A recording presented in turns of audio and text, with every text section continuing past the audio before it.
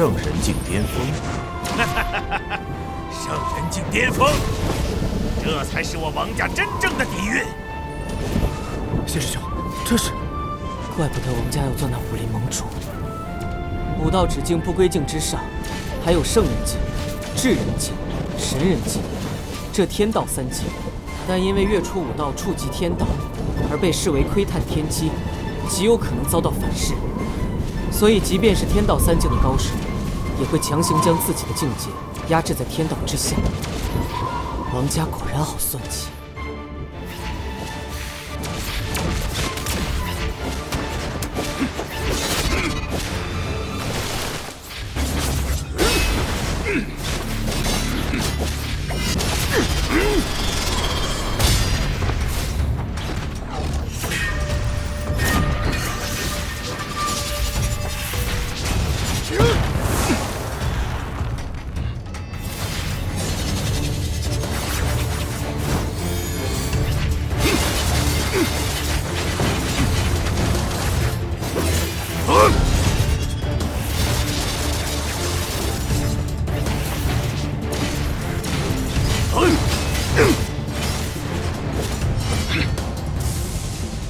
今日一战，没有回首之路。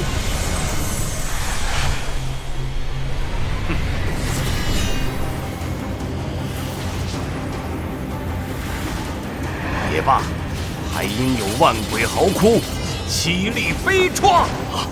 这是神人境巅峰的剑士。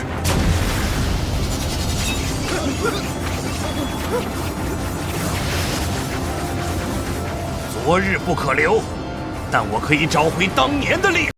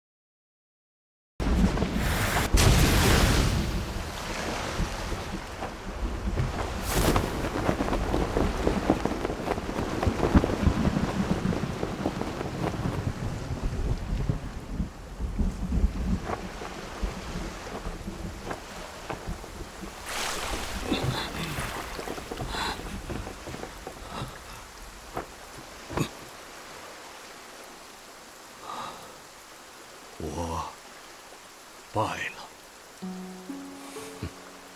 当年遇见你，是我此生的第一次败，没想到多年后重逢，会成为我此生的最后一败。促使你向前的，不过是作为王家100年来最出色的弟子的骄傲罢了。而我不同，当年我想胜，是因为我想要改变这个天下；而如今想胜，是想证明这么多年过去了，即便是几十年的忧郁禁闭，我也没被这天下改变。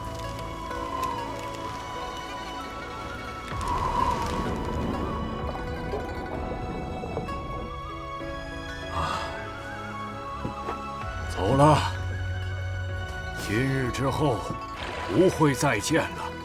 哦，不管你那些徒子徒孙了。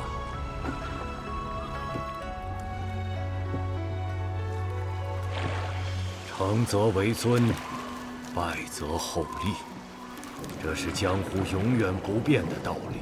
我要回到那处小池塘，趁着还有时间，去想一些事情。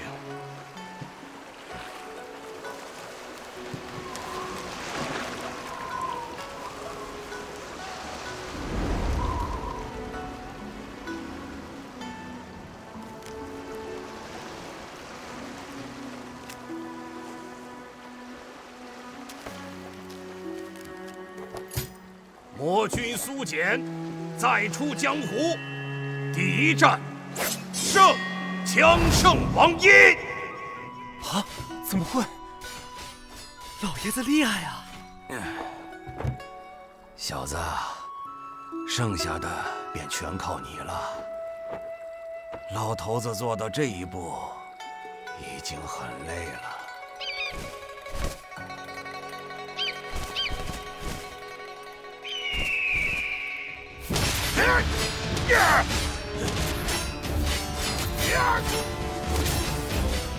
枪圣败了。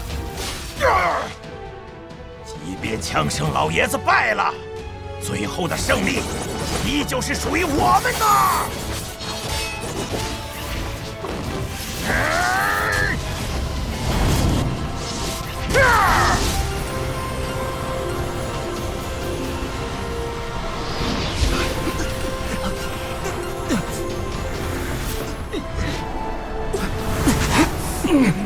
不动尊，你竟敢和我比拼内力！哼，我们练的是同一门武功，虽说你比我多练了几年，但此刻我以天地同悲覆灭，万道心门的实力远在你之上。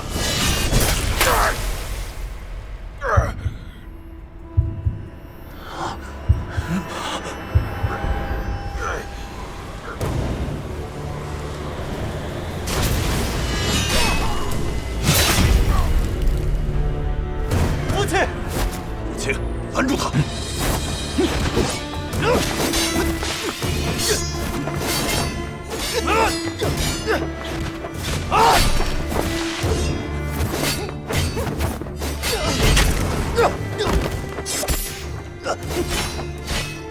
老七，道不同，我也没有办法。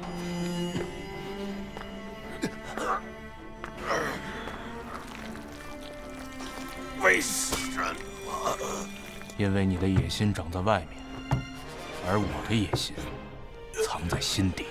可是，你一直都在支持我。我只是从未反对过你，因为我知道，当我站出来反对你的那一天，就是你我决战的时候。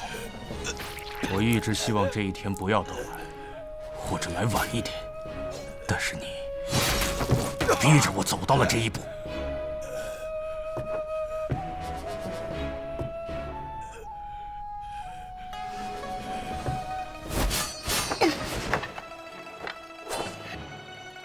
你们竟然和东方家联手！无论是浮生醉梦楼，还是东方家，亦或是薛神官，并没有所谓的联手，只是大家彼此都是为自己的利益做出正确的选择。苏白衣，都放远我！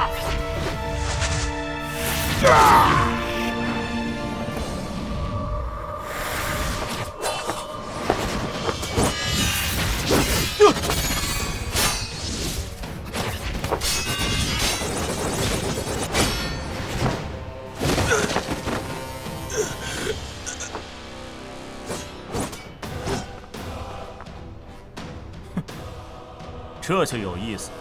如果把它扣在我的脸上，会不会更有意思？难道你也学了万道心门？很可惜，没有。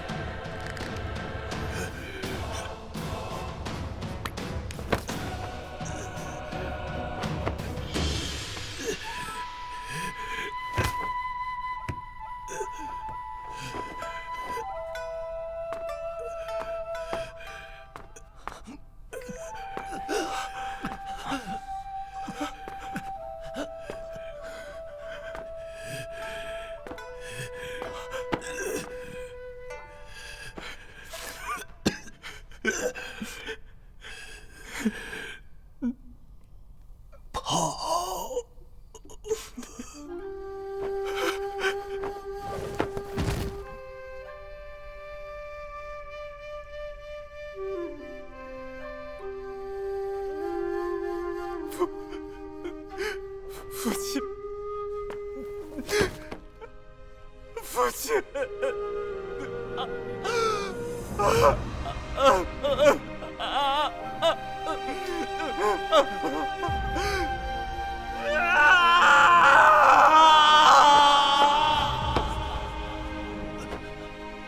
东方云我，我要杀了你！三弟，冷静点！东方老贼，有种你过来，我要杀了你！现在的你凭什么来杀？你放开我！三弟，我杀了他！我要杀了他！如果我们都死了，剩下的王家人和父亲用毕生精力保护的宣威城就都完了。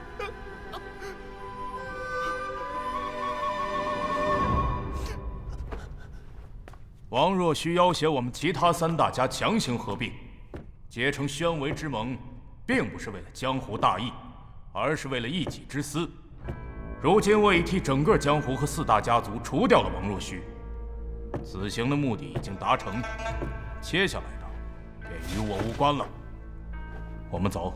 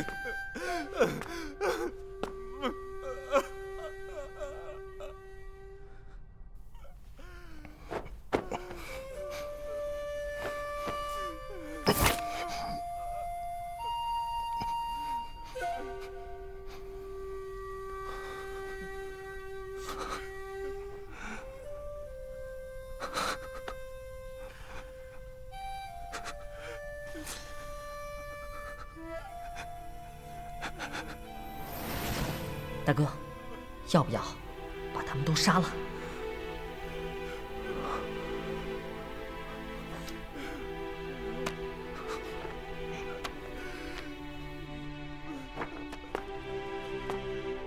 这是我们王家所藏的仙人书枪法卷，我愿意献出此书，只求白府楼主放我们剩下的王家族人一条活路。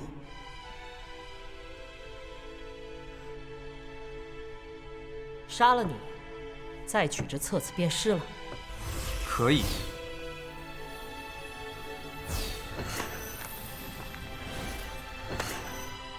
你们王家现在可以走了。多谢白府楼主。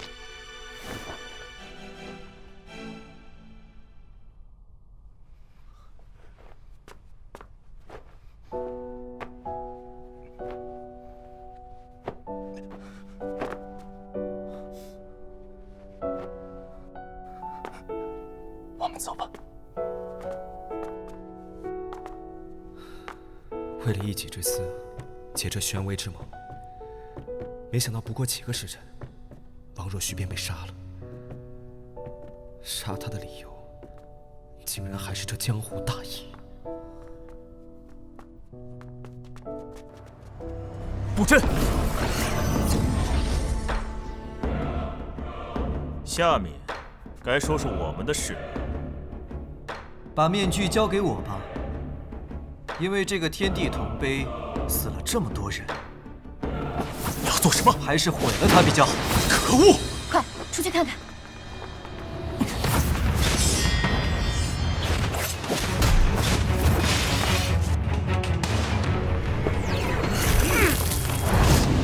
不！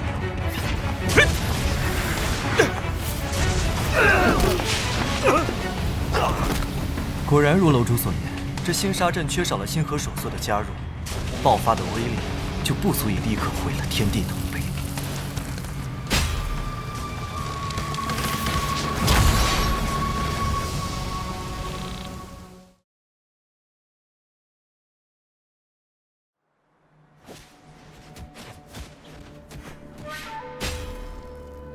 父亲，这枪出去，便无法回头了。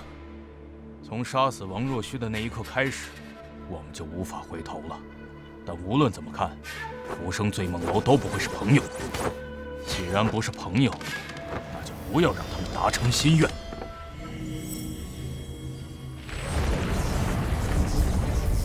这枪叫哭丧枪，师傅一共留给我4杆，上面有秘法大师留下的禁制，有着超乎常理的力量。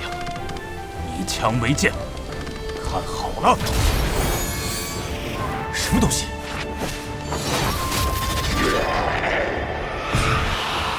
糟了，是哭丧枪！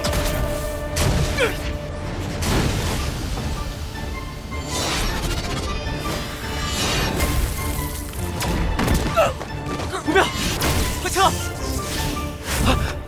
速度好快！我来。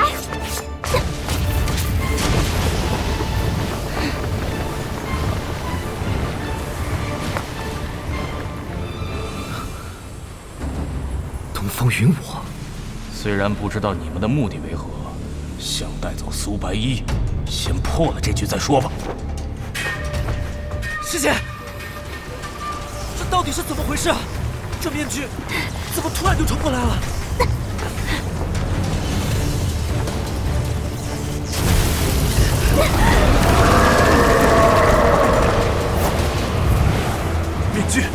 面具在说话。师姐，你怎么样？我还好，你快走。不，师姐，要走一起走。来不及了。什么来不及了？天地铜碑已经破裂，东方云我这一枪打碎了心杀之阵的控制，当它碎到额头的宝石时就会爆炸，即便是我也无法阻止。到时候整个玄围城都会被夷为平地。师姐，快撤剑！他无法撤剑了。从这位姑娘出剑的那一刻开始，结局就已经注定。此时的他要是撤剑，天地铜碑会立刻爆炸。我以师姐的身份命令你们，快带城中的百姓撤离！我不可能丢下你的，师姐，哪有什么结局注定，一定会有办法。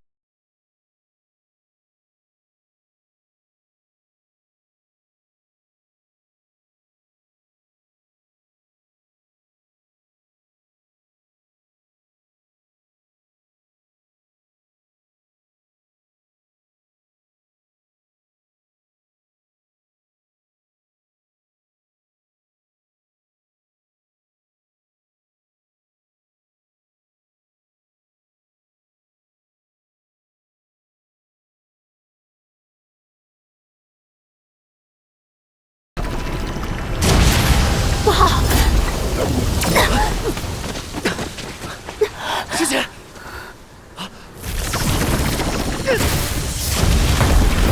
这天地铜碑里究竟蕴藏了多少能量啊！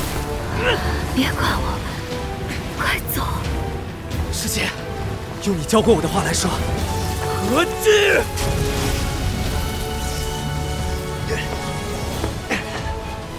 走，去救他们！慢着！干嘛？你们怎么救？还像刚才那样吗？方才要不是南宫姑娘挥剑替你们殿后，你们也逃不出来。这臭小子，从我身上借去的内力好使吗？苏家这一辈，我就看你还算顺眼，今日可别死在这里了。有老祖宗坐镇，自然不去。你带着你的师姐走吧，我替你们挡一会儿。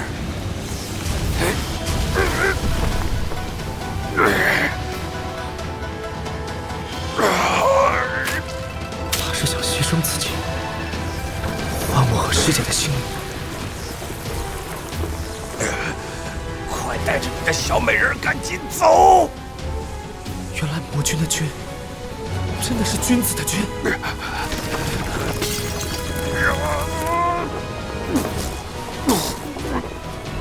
师姐，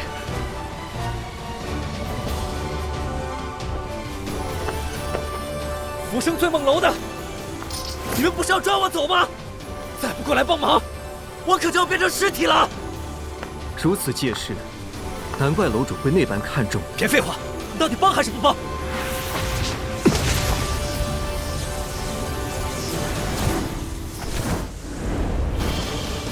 大哥，先把他带走。是。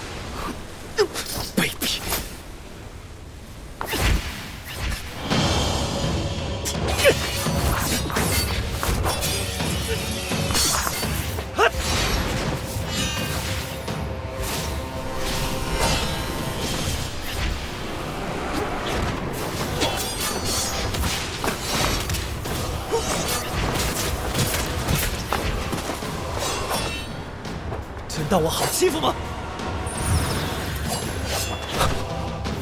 你是在找我吗？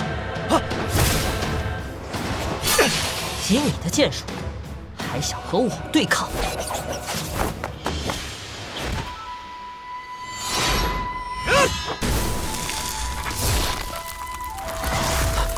这是。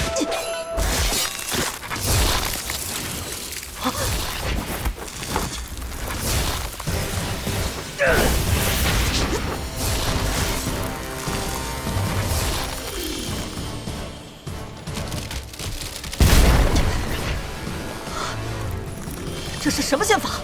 还不配问！说得好，苏家子弟就该如此。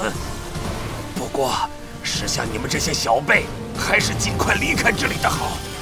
这天地铜碑，怕是真的要炸了。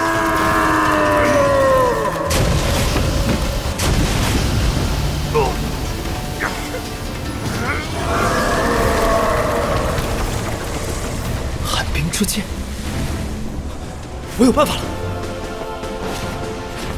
前辈，此时不如先合力解决天地铜碑，我们需要您的力量。刚才我说过了，我一个人是无法阻止天地铜碑的。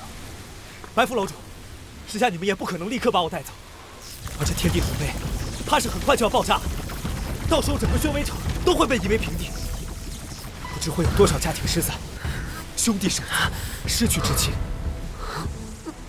眼下我有一计，不知白府楼主可愿配合？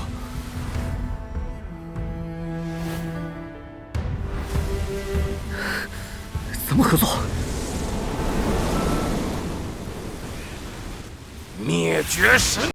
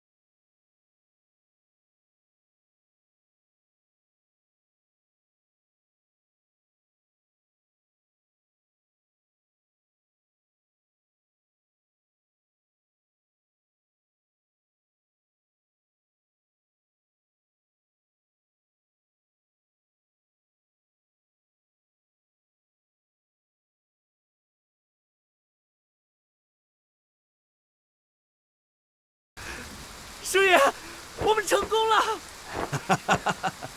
我果然是没有看错人呐！快去抓他！师弟，这里就交给你的二位师兄吧。师姐就交给你了。师姐，抱着你的师姐，我们离开这里。我不能和您走，我要带师姐回学宫，让师父救她。我方才看到天地铜碑的碎片被打入了他的体内，世上已无人能够救他。不可能，我师父是谢看花，江湖上最精通医术的几人之一。谢看花又如何？你师姐现在就算是神仙也难救。我知道，世上有人可以救他。真的？所以现在，你最好不要犹豫。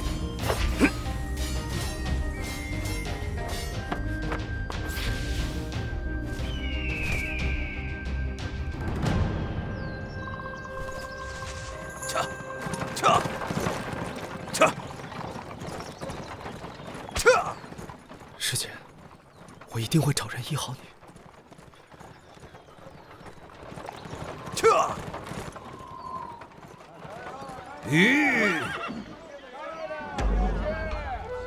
我们到港口了，下车吧。港口？这是金风号，前辈，您银子够吗？我们登船还需要银子，不让上船就把他们给打一顿。舒言，出门在外还是低调一些的好。我先过去看看吧。2两钱搬行李了。大头姑，师姐，船票，你在这休息一下，船票，我们一会儿就能上船了。你这边请。弟子，掌柜的，可还认得我？哎，不管认不认得，这银子，这位小公子啊，怎么又是你呀？不仅仅是我还……怎么每一次见你都是你娘子受了伤？你又抱着她来金风号逃难来了？而且这一次我还是没钱。哎呀，稀客稀客呀！这不是江湖盛名的仙人剑白衣兄吗？穆公子，快带我们上船！你老是没钱，又硬是要上金风号，可是看准了我为人单纯，家底丰厚，而且我还要住天字号，这次要2间房。虽说咱们关系好吧。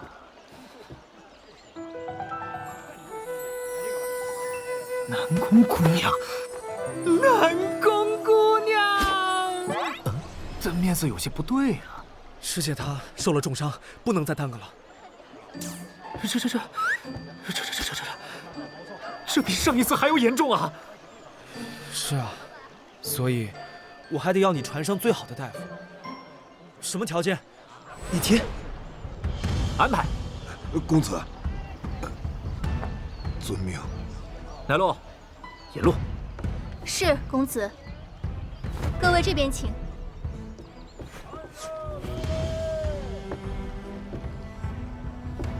严老，公子，让所有的弓箭手就位。若这些人想要登船，便直接射杀。是。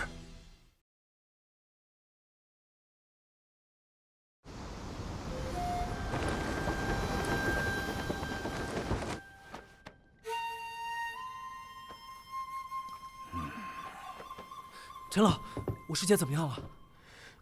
这不必考虑其他，船上的天材宝药皆可使用，账目算在我的身上。七公子，不是老朽不愿意用药，而是老朽不知道该如何用药啊。陈老此言何意？治不好啊！哎，姑娘体内此时有几股真气正在乱窜，老朽只是医者，不善武艺，实在不知如何是好。真气？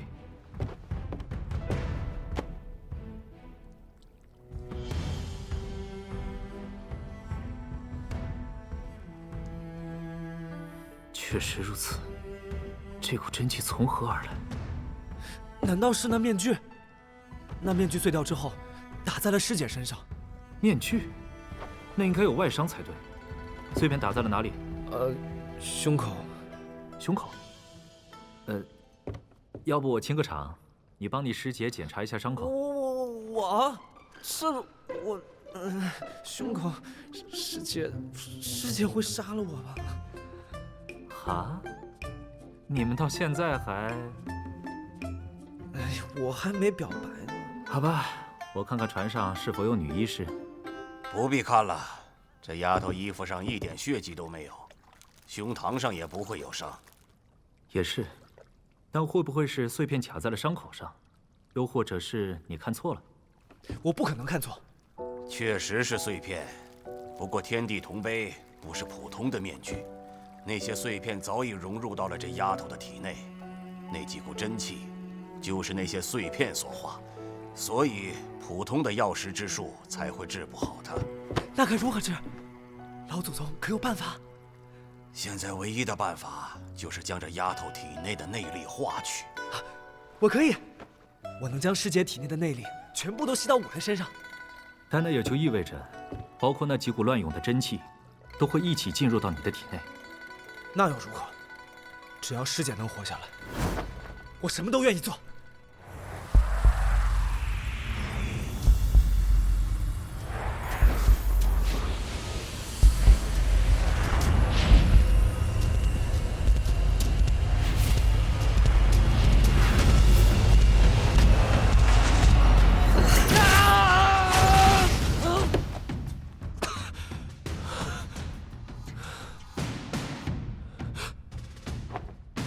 师姐，师姐，她怎么还醒不过来？我来看看。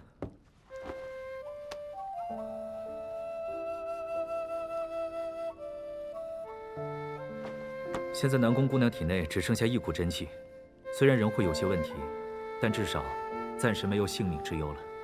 我尝试了好几次，都无法将面具的那股真气给吸出来。吸不出来的。天地铜碑是认主之气，这几缕真气自然也是。老祖宗不是说有人能救我师姐吗？听我讲完。仙人书、天地铜碑、天机宝匣、流光画卷，这4样事物是4大世家所流传下来的圣物，这其中藏着4门绝世武学，而这天地铜碑中蕴藏着万道心门，是天下内功心法的本源。因为这个天地铜碑，那伙人之所以想要毁掉天地铜碑，是害怕这门武功流传于世，威胁到他们背后的那个人，也就是如今的吕氏家主。原来如此，可是这些和我师姐受伤有什么关系啊？傻小子，能胜过4大世家的只有彼此。天地铜碑即是叶家的，要想破解，自然要找我们苏家的老祖宗帮忙，而他就在昆仑。昆仑？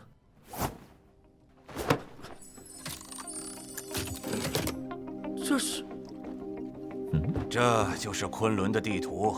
如果我没猜错，也应是我们苏氏一族藏在天机匣里的最大秘密。苏家的秘密？我去，我怎么这么贱，非要看？这疯老头不会上灭口吧？今天的天气不错啊，船上新来了个做烤鸭的厨子，我去看看做的怎么样了。赶紧撤，赶紧撤！哎，正好我也饿了，一起去看看呀。好。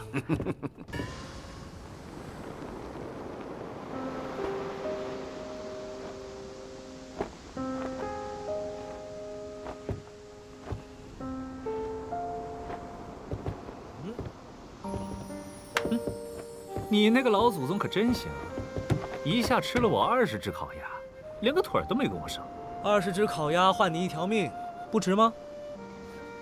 唉，行，值。对了，最近听说了一些你们的事儿，看来当初我选择帮你没有选错。什么意思啊？对于我们穆家的人来说，每一次选择都是在做一个生意。现在看来，你活下来了。而上林天宫却已经4分5裂，所以说，我并没有选错。我能活下来，确实是个奇迹。活在这世间，免不了争斗。这一次，我想明白了一件事情：逃跑是解决不了任何问题的，因为逃跑只能拖延，而不能结束。所以这一次，我将亲自去找白起乐。哼，你师父都不是他的对手。世事无绝对，所以此去昆仑。等我归来之时，我定要修成绝世武学。其实我觉得，你家老祖宗有些话是在骗你。就算昆仑真的存在，上面也有你苏氏的祖先，但是这和南宫姑娘的伤却不一定有什么关系啊！我也猜到了，看来我家老祖宗骗人的伎俩很差。英雄所见略同啊！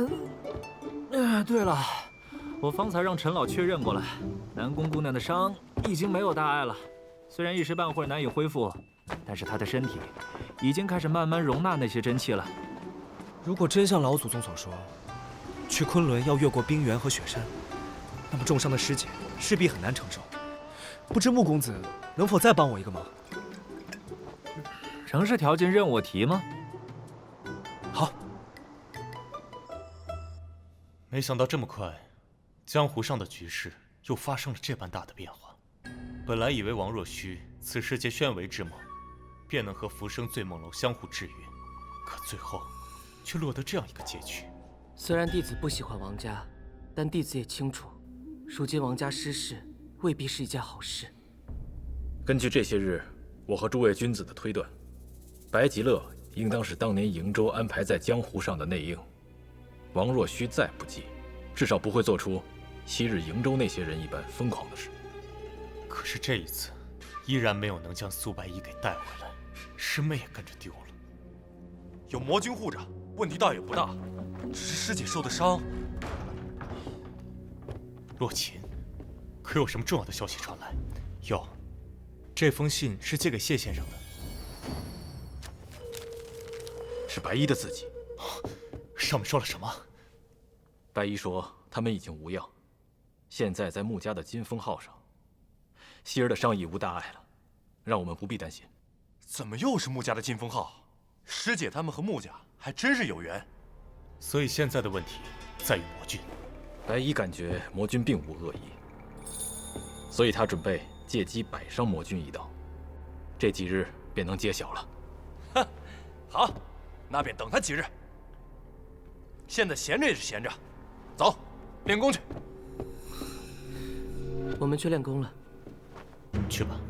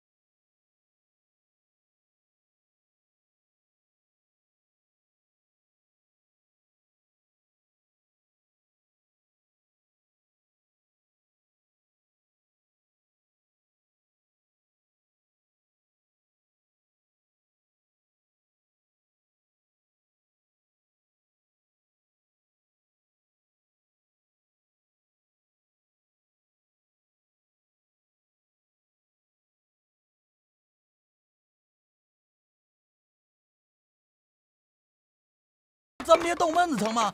我还想多活些岁数呢。哎，没意思，感觉在学宫学不到什么了。哎，头儿，你这话可不能让君子听见了。我已经听到了。邹君子，你觉得在学宫学不到什么了？是指刀法之上已经难以再进一步了。正是。学宫只教人，不教武。你说在学宫中无所可学，不算冒犯。更何况如圣先生不在学宫之内，我们只是君子，无法教出另一个君子。君子所言，是让我主动去寻如圣先生吗？你应当是见过如圣先生了，先生自然是天下最好的老师。但你有没有想过，或许你有更好的选择呢？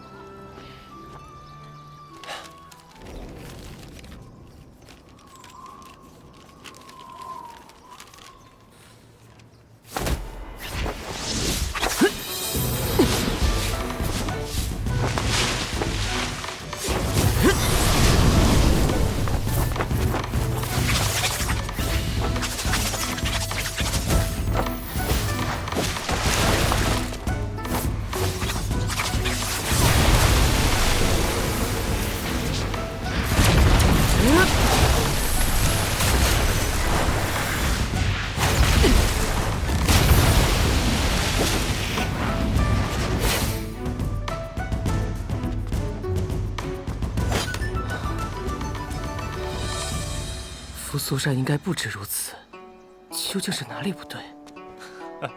知道不对，却找不到问题所在。七叔，看你这恭恭敬敬的样子，我可真是头疼。谢家子弟本该风流，你天资比谢兴强10倍，可这风流之气，却是不及他1分。还请七叔指教。我指教你个头啊！哎，偏偏少年郎行事颇为古板。我们谢家先祖当年一把折扇清辉，扫去半山桃花，那是何等的风流，何等的英武。可到你这儿，竟连挥扇的动作都变得硬邦邦的。我现在武功尽废，也帮不了你太多。我建议你去一个地方。什么地方？青城山。青城山上现在有2位绝世的风流人物，一儒一道士，一剑一浮尘。放着那么好的2个师傅不去求，真不知道你的脑袋是怎么长的。青城山，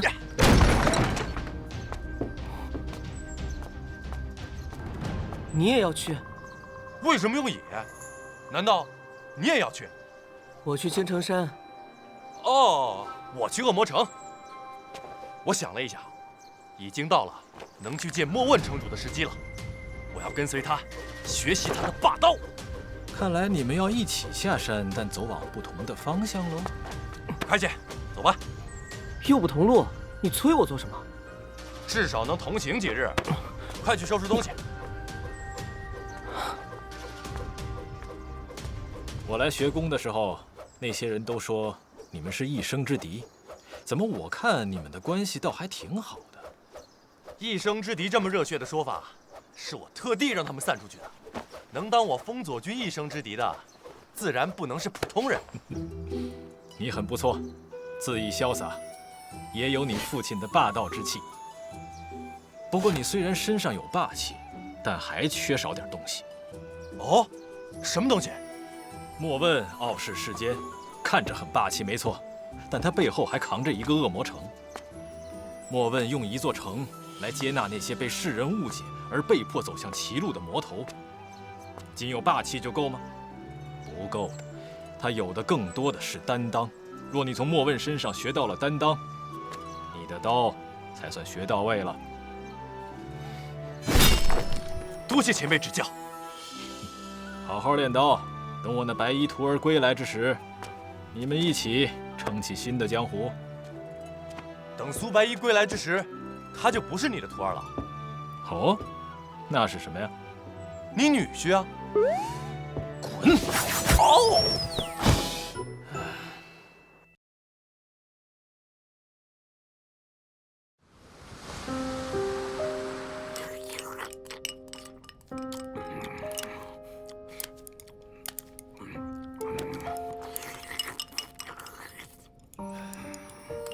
老祖宗，其实从昨夜开始，我就一直等待着你向我要一样东西。你在等我向你要天宁剑谱？毕竟您当初抓我，就是为了天机匣里的东西，而这天宁剑谱也应是那天机匣中的物件。只不过，不知为何到了我二嫂手里，被误认成了仙人剑。如今这剑谱就在我手中，你应该问我要才是。可昨天到现在，您却对剑谱之事只字未提。哎呀，因为这天宁剑谱我学不会啊，路数不同。天宁剑谱至阴至寒，除非我散去这一身纯阳功力不要，从头开始，不然你的剑谱对我来说就是一堆废纸。那老祖宗，您此行昆仑又是为了什么？我想见那先祖一面，问一问，这小子套我话，问一问该如何救你的心上人，其他不过是些琐事罢了。你那师姐为了救你舍身在前，比起在场所有人都要有担当，我欣赏她。放心，我一定会帮你治好她的。那便谢过前辈了。只是我仍有一些事情不明。老祖宗昨天提及的4大世家，那叶家之人，他们如今身在何处？还有那天地铜碑和薛神官的关系？西晋叶家早就已经没落了，以至于无人能继承的天地铜碑。少时我前往西晋求学，本来那老头子有意将面具传给我，可我没通过考验。至于那个薛神官，应该是通过了考验吧。不过那时候老头子估计早就把面具弄丢了，所以才有了昨日之事。对了，南宫那小妮子现在还没醒。按说她体内的内力帮她泄去了，约么这2天就能恢复意识才对啊。是啊。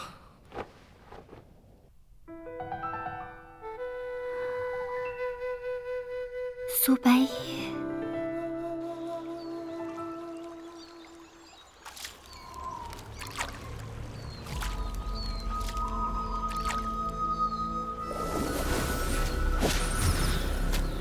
我只听到2个人的脚步声。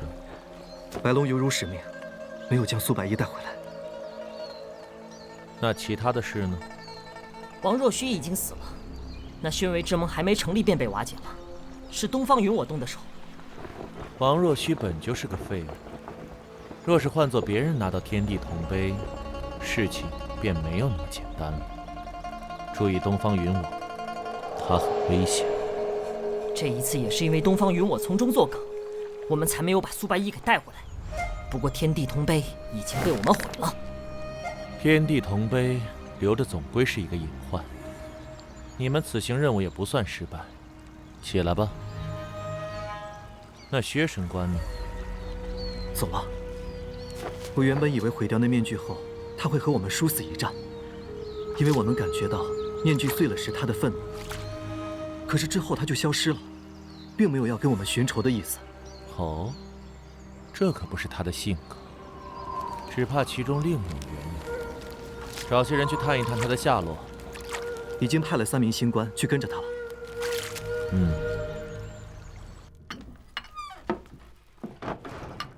师姐，你醒了。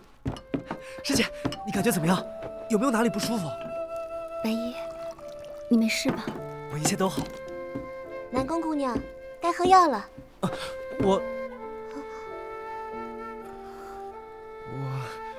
我喂师姐。师姐，你重伤未愈，别乱动弹，我来喂你。好。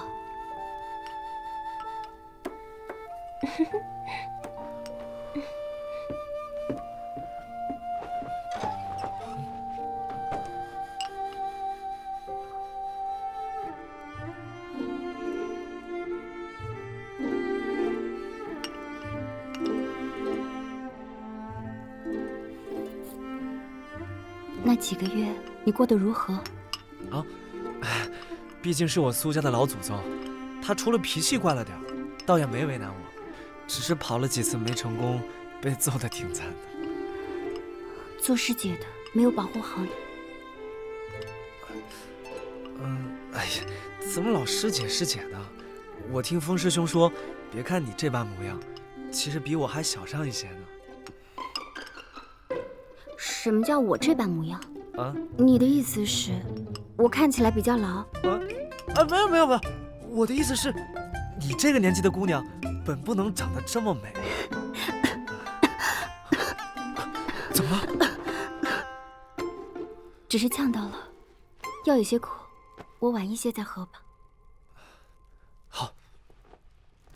对了，我体内的内力怎么没有了？哦，师姐还记得那日最后你被面具碎片击中了吗？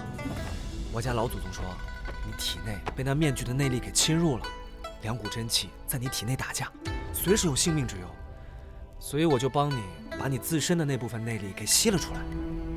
师姐别想太多，好好休息便是。我们现在是在咱们的福地金风好。正是。此行前往何处？我要和老祖宗去一趟昆仑。昆仑？嘘，师姐莫急，我和老祖宗的误会已经解除了。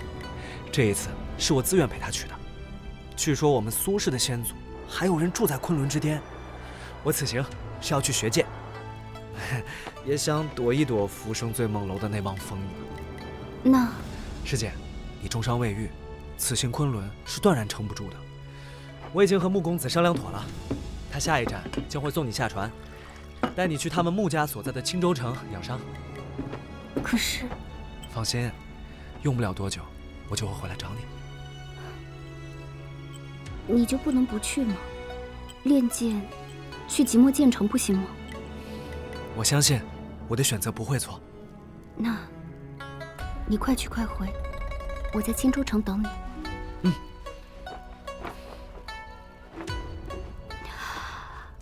师姐累了，便好生休息。我先出去了。师姐，怎么了？算了，不说了。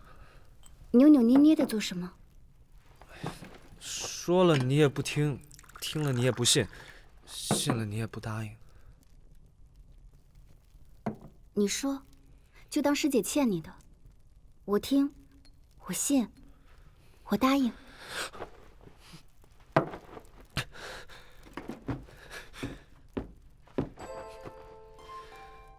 师姐，师姐，我苏白衣喜欢你。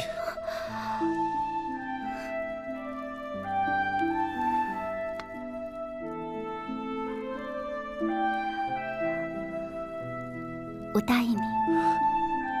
师姐，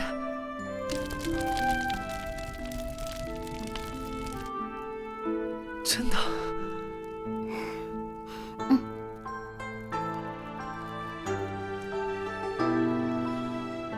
师姐答应了，师姐答应了，哈哈哈！师姐答应了，师姐答应了。真是个傻小子。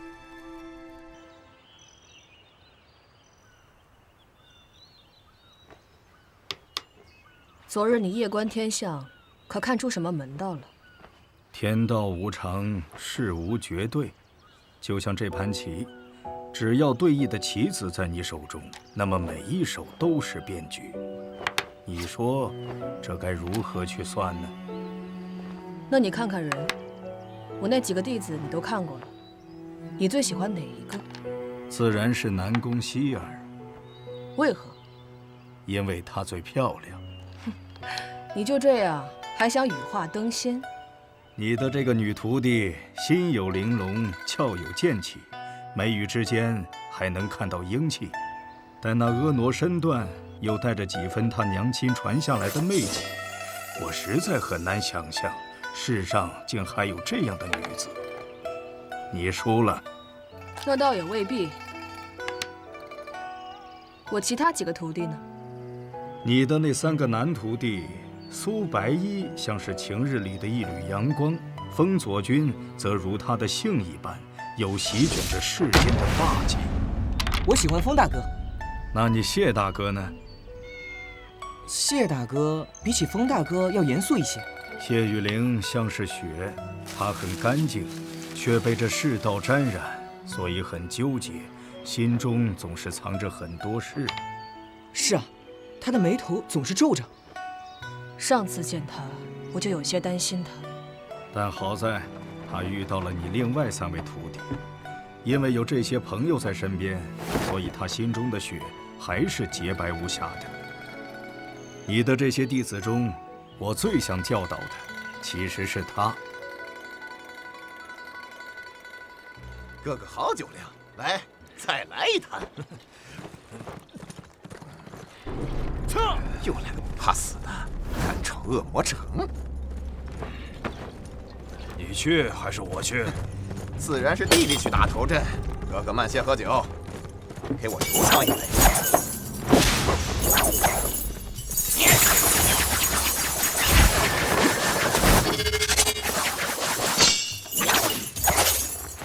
哪来的杂碎？可知我恶魔城是什么地方？先打了再说。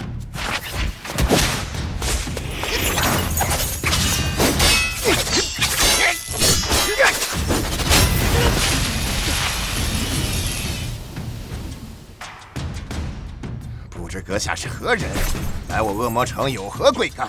哈哈，我是来找莫问城主的。莫问城主岂是你想见就能见的？你究竟是谁？哼，我是谁很重要吗？找死！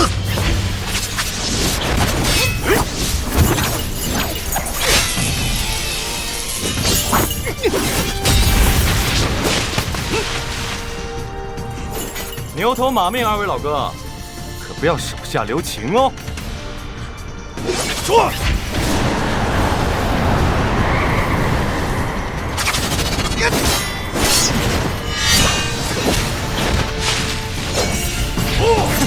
来得好！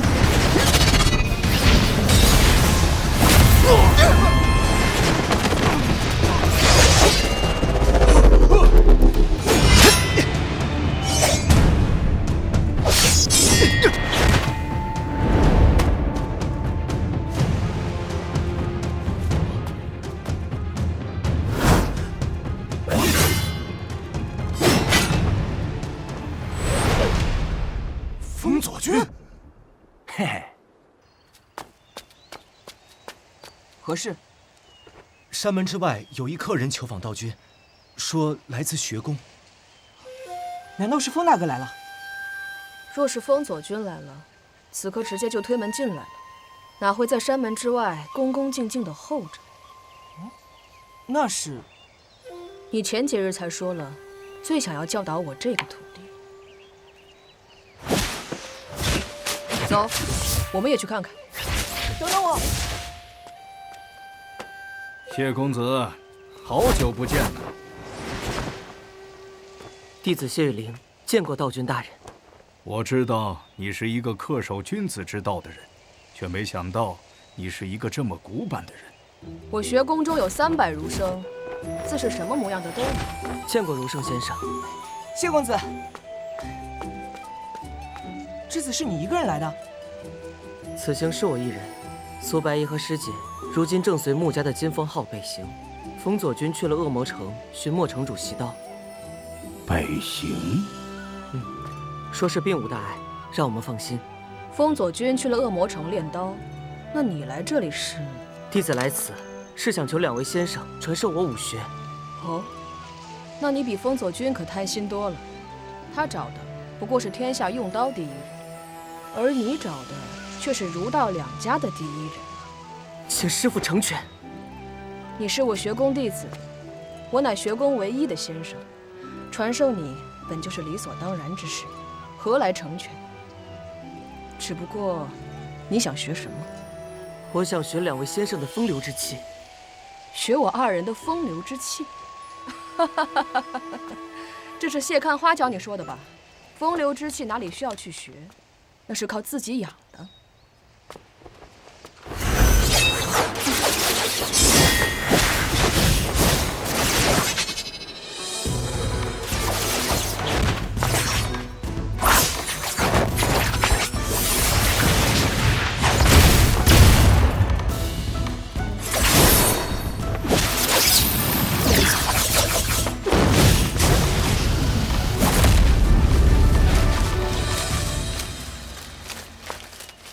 这是年轻时，我曾一扇一剑走天下，人称剑扇双绝。我便教你这个如何？多谢先生。那我教你些什么呢？就教师傅您最霸气的9天引雷之术。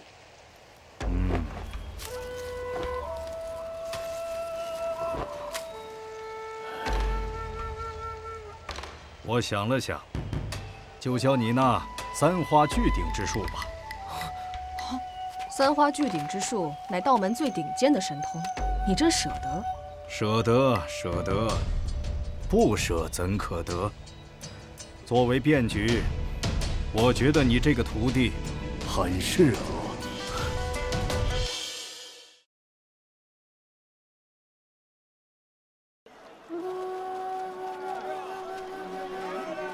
这便是千寻城吗？是的，这是一座特别美丽的城池，我很喜欢。哥哥来追我呀！你慢点儿。千寻城到离别，倒也别有一番滋味。也可以先在这里入洞房啊！我保证给你办得风风光光的。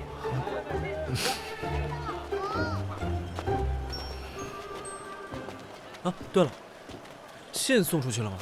当然，只是我有些好奇，你所谋划的那件事真的能成吗？机会永远掌握在自己的手中。师姐，靠岸了。这么快？只是中途的一个停靠点，还没有到此行的终点呢。师姐，我们下去转转吧。好。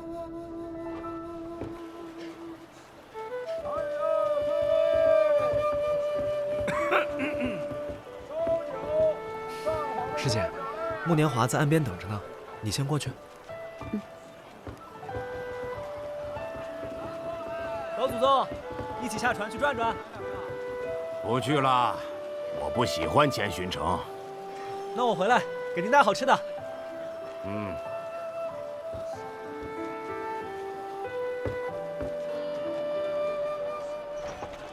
千寻城是一座地处北境、很像南方的城市，它很温柔。夜晚城池中的千盏灯笼点起的时候，那种温柔更迷人。哎，千寻城中有一处只在夜晚开放的道观，很有意思。道观之中可以敲钟求签，但求得之签刚拿到手时，上面却没有字。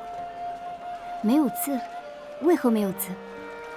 求得签之后，在道观中的小溪处轻轻地写下，再等拿出来的时候，上面的签文就会慢慢地显现出来了。有些意思。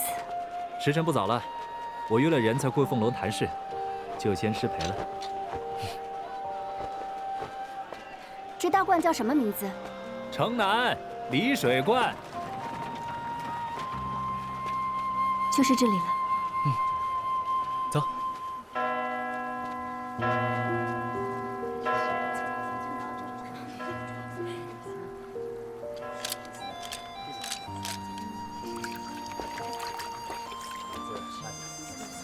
这是什么神仙？这是桃花仙。桃花仙？据说在桃花仙面前求情缘，很是灵验。这里是求情缘的，我只能帮你到这里了。多谢公子解惑。多谢。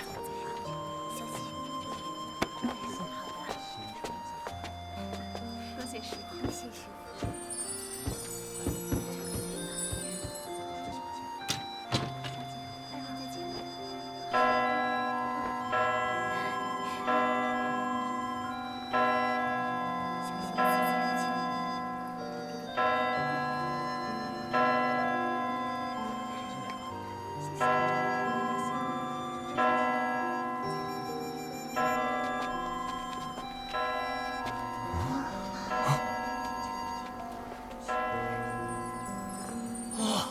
仙女下凡呀！小哥哥好帅呀！看什么看？看什么看？刚才还叫我小甜甜，小祖现在就我错了。小你看，我让你看。二位要是再在那里敲一会儿，想必我这离水观定情缘的美名就要毁在今夜了。二位不求一签吗？求签，3枚铜板1签，给你3两银子，来根最好的签。签是好是坏，自然是要求过才知道。但您愿意多给，我替桃花仙谢谢二位。还真是奸商。师姐，你来摇。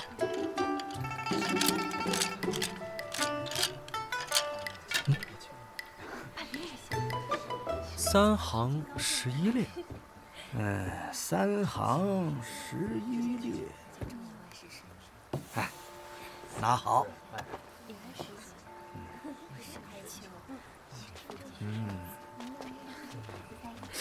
还真的没有字。走，去水边试试。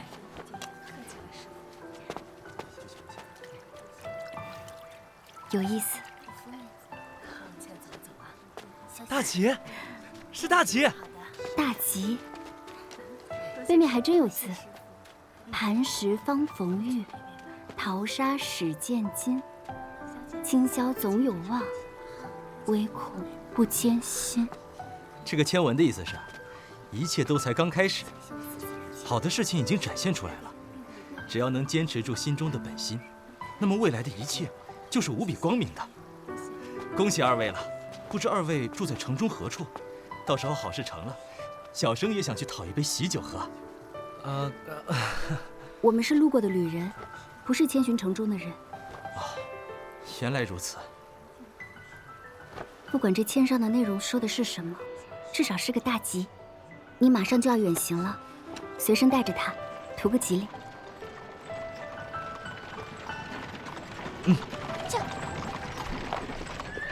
师姐，这辆马车便是来接你的。你跟着奈落走，在青州城等我，我很快就会来接你的。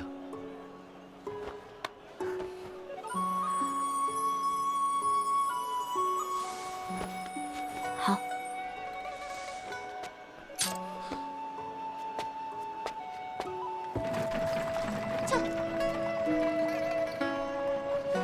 师姐，我很快就会回来的。知道了。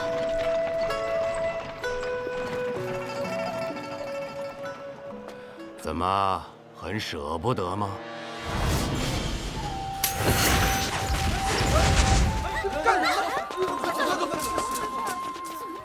你不信我说的话？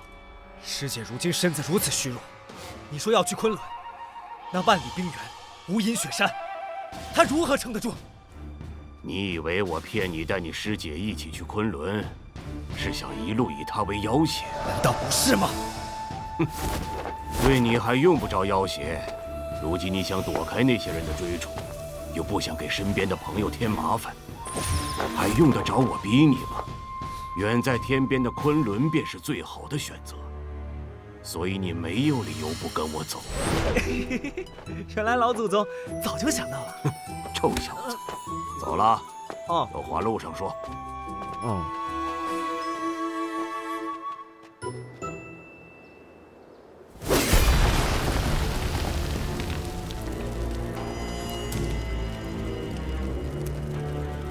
小子，准备好了吗？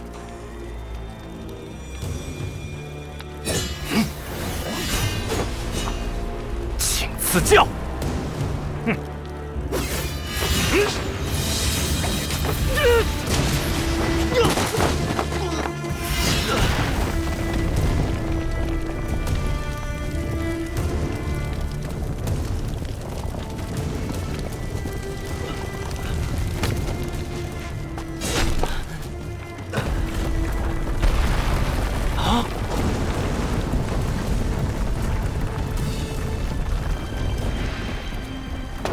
连我一招都接不住，还想继承我的霸刀？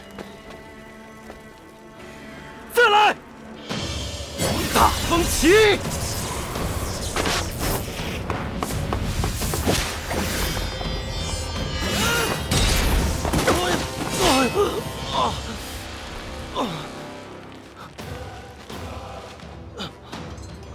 你每日只有一次出刀的机会，你很骄傲。这几年，我会将你的骄傲踩在脚下，蹂躏的半点不剩。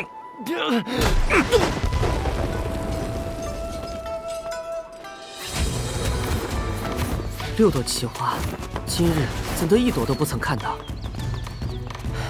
看来今日是完不成道君大人嘱托的任务了。你在说什么？今日就想集齐那6朵奇花？很难吗？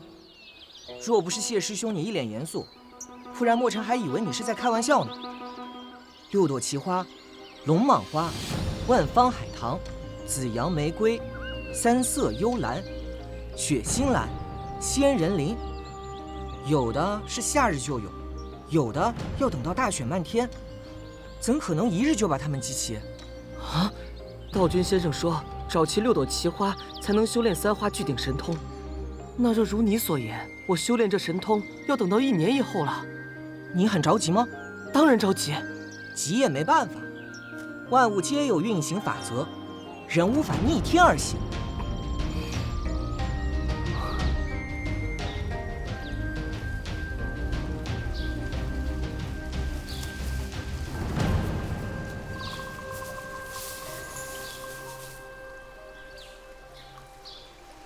南宫姑娘，这几日在府中过得可还习惯？还算习惯。冒昧问一句，先生是？我叫穆琴瑟。您是穆家家主穆年华的父亲？没错。学宫弟子南宫希儿见过穆家主。我终于明白为什么老七敢冒天下大不韪把你送进幕府了。你很美，值得他为你冒这个险。把我送进幕府疗伤，难道是犯了穆家的家规？没错，幕府从来不欢迎江湖人的踏入。虽然学宫可以是一个例外，但姑娘，你想必也清楚，你身上背负着许多江湖纷争。我现在便可以离开。不必了，因为纷争已经来了。我们穆家不想惹上那些纷争，只是因为觉得麻烦罢了。但若纷争真的找上门来，那就清理掉便是了。我穆家拥有敌国之才，难道府中会没有高手坐镇吗？可是，穆家主，怎么？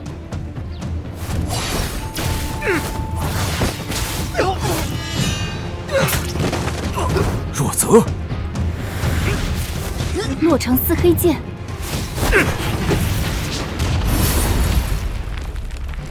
天道三境，看来姑娘你惹的人很不一般呢。姑娘，你可认得此人？从未见过。哼，有趣有趣。如何有趣？因为这是个死人。谁？自然是客人之人，还望家主相迎。既然是客，当然相迎，请进。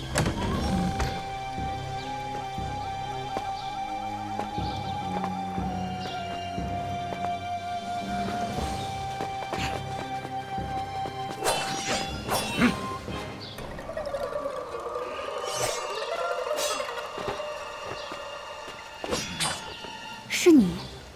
是我。薛神官。家主。薛神官不比常人，需要立刻将府内所有高手召集于此。天下第二，薛神官，宁倾城已经死了，那先生应当是天下第一了。不知薛先生来我穆家有何贵干？我自然是来找他。那面具又不是我毁的，你找我做什么？薛先生，南宫姑娘是我的客人，你不能带她走。否则，哼，就凭这4柄黑不溜秋的剑，薛先生这是想探探我穆家的底牌吗？好，那先生可以试试，进我5步之内，会不会有惊喜？2位老先生许久未见了，原来你们躲在这里吃香的喝辣的。你这臭小子，每次见你都没什么好事。我们2人年纪大了，打一场架就少1年寿命，你可掂量好了。赶紧走，赶紧走，别给老爷子我添麻烦。真打起来，我们2个要死一个，你估计也活不了。哎呀，划不来，划不来！这小妮子有什么好的，值得你这么拿命来换？几位都误会了，我来此，并不是要来带南宫姑娘走的。哦，可先生方才说，此行找的就是她。难道你是想从我这里要浮生追梦楼的下落？本来是想找到那帮混蛋，杀他们个片甲不留的。但是在路上，你那个姓苏的师弟给我传了个信，还真是剑出奇招，而且还猜准了我会同意这件事。白衣给你写信，他要你同意什么事？他让我传你天下第一的内功，万道心明。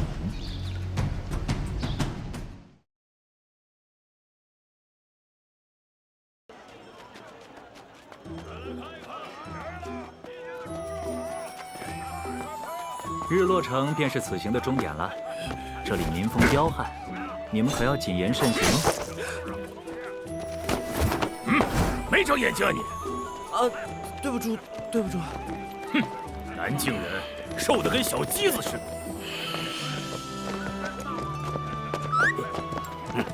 果然够彪悍。哦，人来了。我来介绍一下，这位就是你们此行昆仑的向导。澹台净月，见过几位老板。有劳澹台姑娘了。我已经为二位准备了马匹，接下来北行昆仑便由我带路。不错。小姑娘，这里有什么特色的美食吗？有的，不过现在时间已经不早了，但应该来得及。我带您去。我心里清楚了啊！好，放心吧。此行昆仑前路漫漫，苏公子可一定要小心啊。自然。若你连昆仑都登上了，那我在你身上下的赌注就不亏了。什么赌注啊？以后你成为天下第一的大英雄，建立起一个比上林天宫还强大的门派，你和我结盟。啊，穆公子，你可真敢说啊！既然是赌，就要赌常人不敢想之想。这一路上我如此帮你，我想苏公子应当不会拒绝我。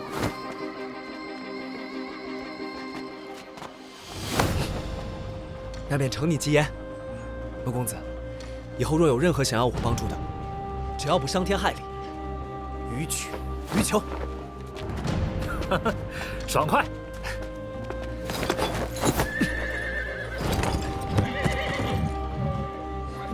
应该有很多人想和公子结盟吧？为何公子会选我？因为我在你的身上看到了凌云之气。又是个会看相的。走了。这一定要活着回来呀！苏先生，味道如何？妙哉妙哉！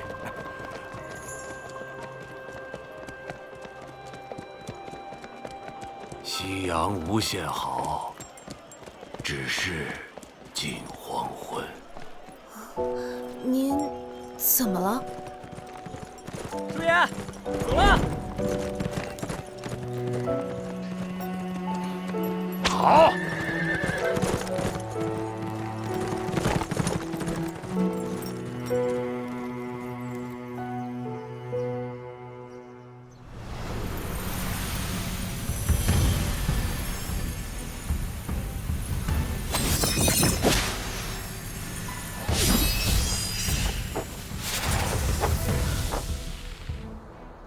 你的内力被人卸走了，但是新的内力已经开始升起。是的，所以这几日感觉身体的那股对抗愈发强烈了。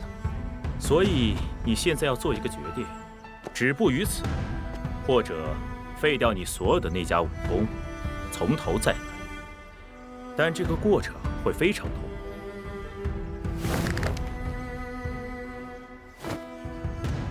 好，前辈，开始吧。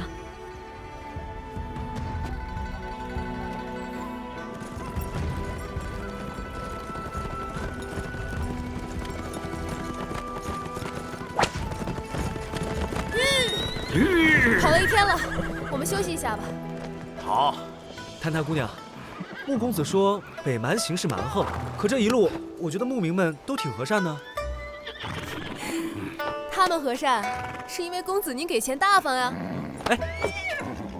姑娘，你们族中有人去过昆仑吗？去过的，但他们都没有再回来。我也无法将诸位送到昆仑，我只能将二位送到无垠山，翻过无垠山再行千里，才能到昆仑。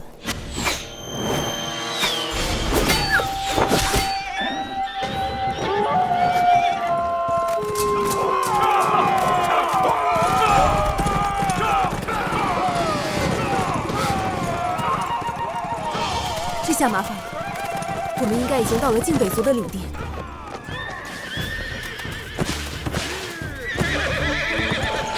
来人有3郎相守，在族内应该地位不低。你们是何人？他们是南境来的商人，此行路过草原，能遇到此地的主人，实在是荣幸之至。尊贵的主人，若我们叨扰了这里的宁静，我可以带着南境的商人选择另一条路走。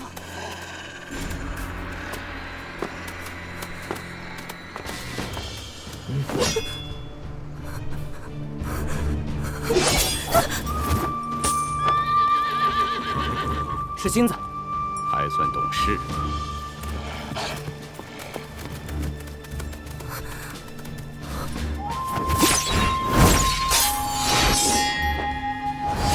小姑娘，南境来的商人，武功都这么好吗？看来这里的主人不是很欢迎我们呢。你可知在你们面前的人是谁吗？三郎相守，不是纳言就是亲王。你倒是对我们这里的规矩有些了解。这位就是我们靖北族的和善亲王。和善亲王？怎么，他很厉害吗？传闻和善亲王豢养了几百头狼，屠杀过很多部落。把这2个男的杀了，把剩下的东西和这姑娘都带走。是。小姑娘，和善亲王饶命啊！和善亲王，老实点儿。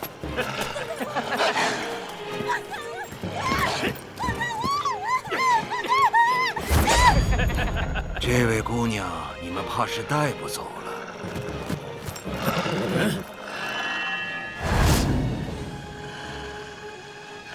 但我们却不介意去亲王殿下的帐篷里坐一坐。你胆子很大，胆子不大，脑袋就是你的了。本事也很强，所以呢，有资格去我的帐篷里坐一坐。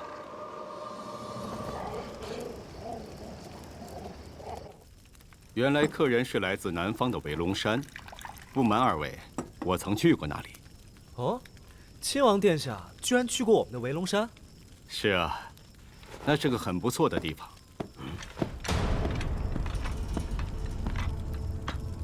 参见亲王大人。这位兄台不是蛮族的人。陈先生是你们南境人，也是我最厉害的护卫。白日里若有陈先生在，我想这位苏老先生不会那么容易地坐到我的马后。是快见陈凤珏的后人。陈凤珏是家父，我叫陈风起。陈先生为何会离开故土，来到这北蛮？受人之托，在这里等人。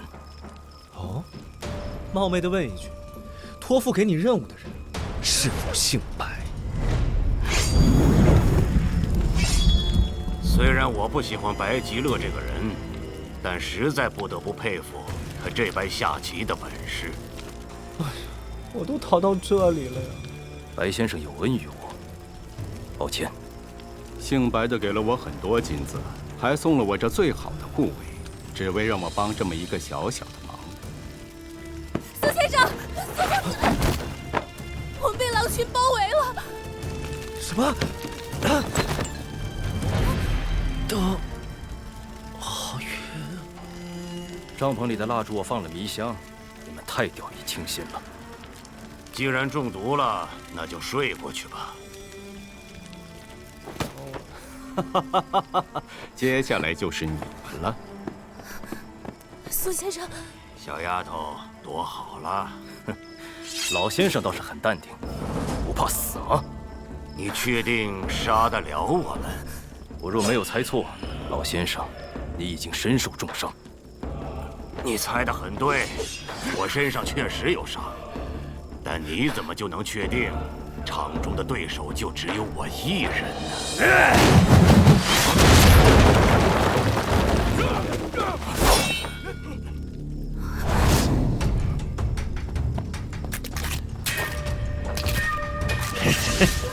秦王大人，先行撤退。该死的南境人！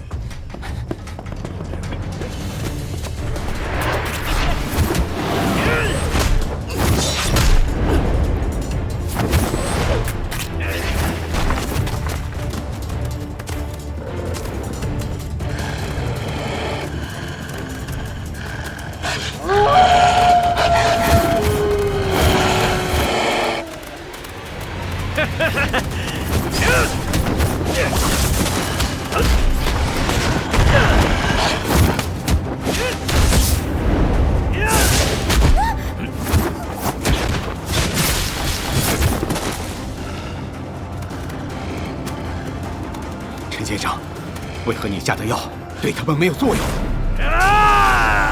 白先生交代要杀人，怎会那般简单？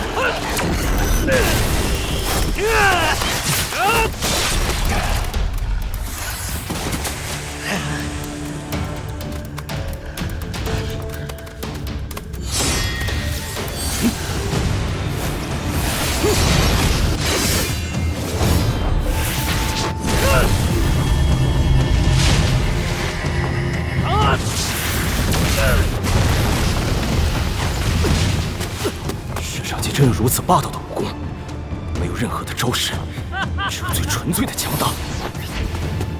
那无论如何强大，肯定会有自己的弱点。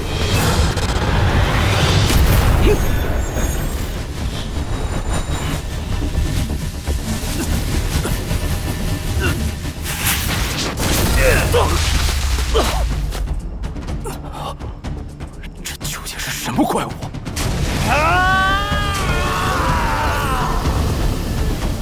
下令让所有的狼群都冲过去。可是陈先生的，不用管他，我要这2个南京人死。属下遵命。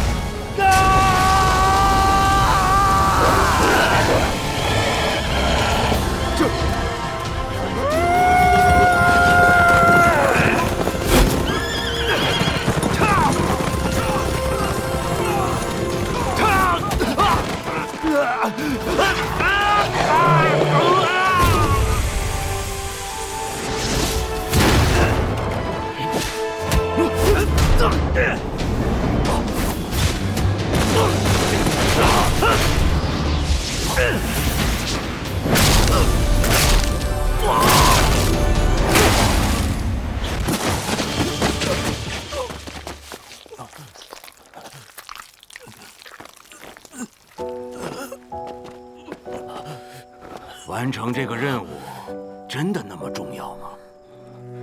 完成任务，我才能回家。回家。回家。唉，可惜了。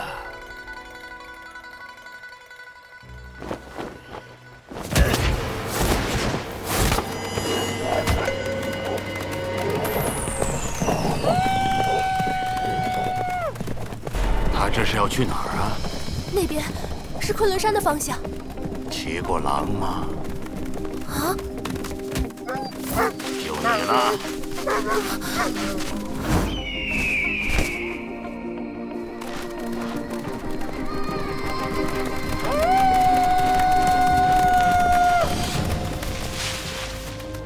这便是无垠山了。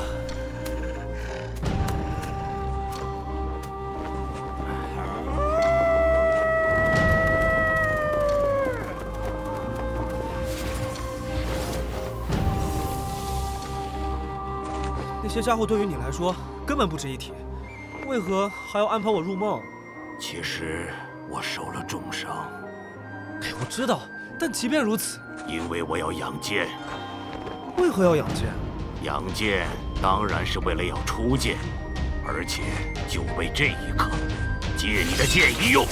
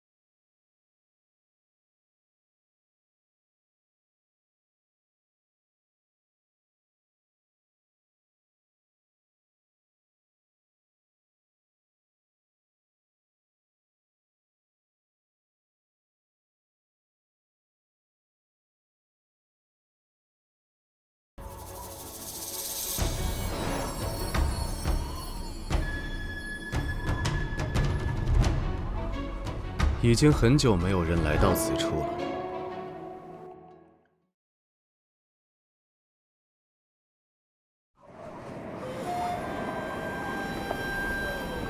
已经很久没有人来到此处了。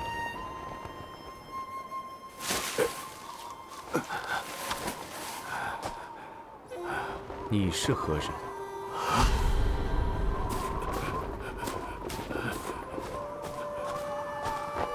后人苏简，拜见老祖宗。苏简，怎么，现在苏氏年轻一辈不行了吗？苏白衣，苏白衣，抓紧了！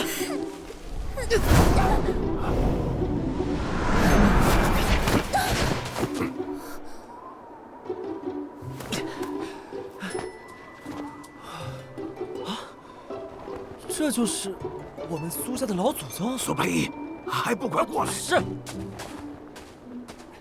后人苏白衣，拜见老祖宗。你把头抬起来。苏寒，不对，你看起来比他年轻一些。你是他的儿子？苏寒正是家父。方才那一剑是你挥的，不怎么样啊。看来你没有得到你父亲的真传。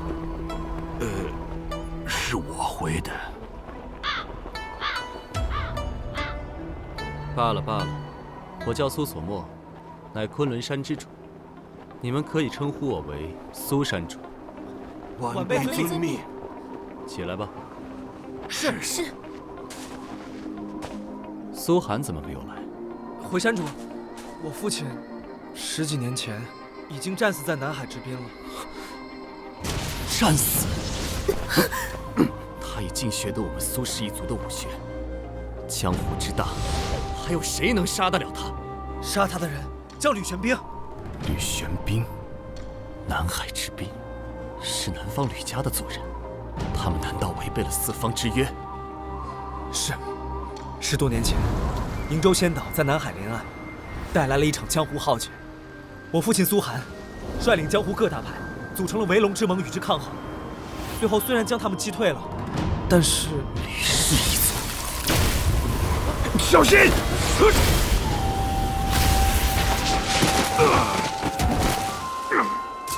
叔爷，叔爷，山主，这又是为何呀？你们二人，一人用的是西方叶氏一族的内功法门灭绝神功，一人根本就是吕氏一族做成的鬼仙躯壳，竟敢都和我说姓苏，真以为我在昆仑上待得久了，就对外界一无所知吗？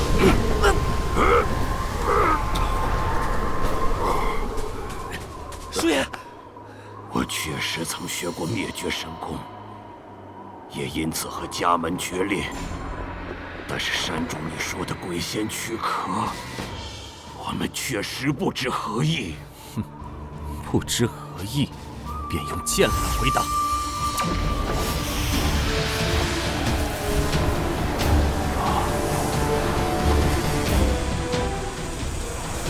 难得山主赐剑一关，实乃我辈之幸。幸什么幸？你这身受重伤，我又不能打，这一剑下来，我们都得没命。我已经死了。什么叫你已经死了？接剑！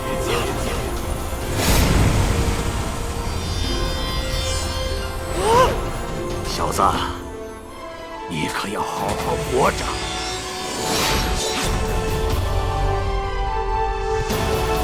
拼了！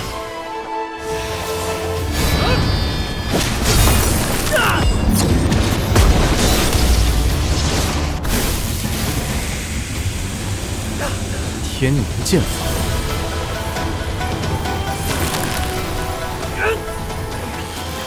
内力差得离谱。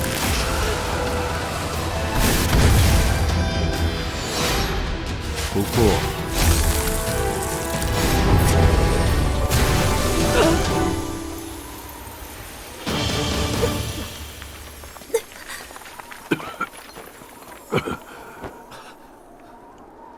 山主愿意相信我们的身份了。天宁剑法，只有我们苏氏血脉的人才能习练。走吧，你随我一起回昆仑。我不能在这里待得太久。怎么只我一人？那舒爷呢？我只能走到这里了。你能走到这里，已经很难得了。按理说，你应该早就死了。这到底是什么意思？纵行千里，只为出这一剑，可却只得到山主一句未得真传，有些遗憾。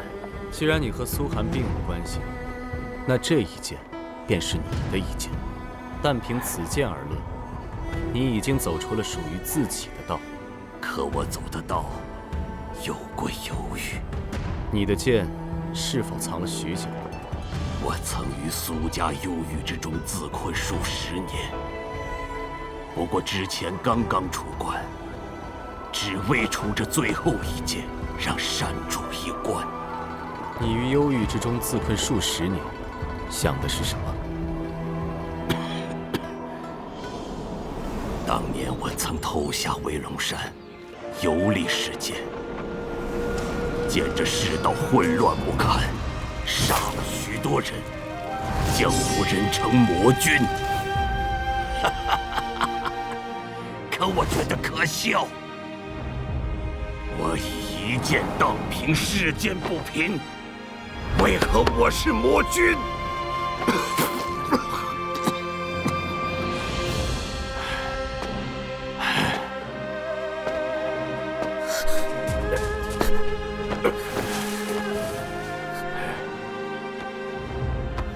后来，我被父亲带回了威龙山。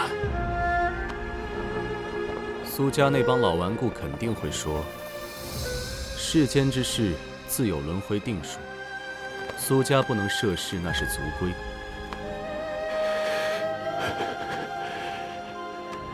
是。后来你想明白了？我想明白了，我没有错。我还是觉得，凡遇世间不平之事，便应该以手中之剑挡之。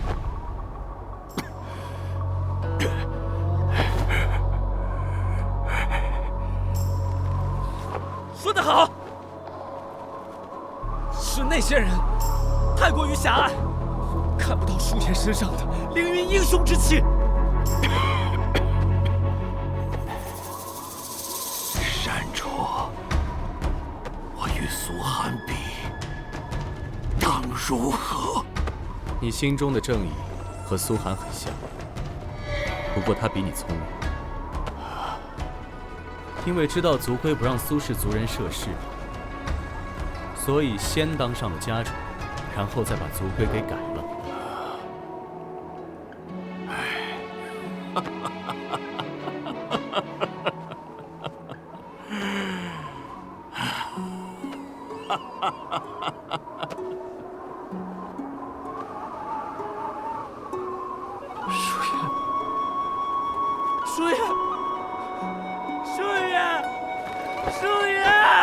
他不会再回应你了。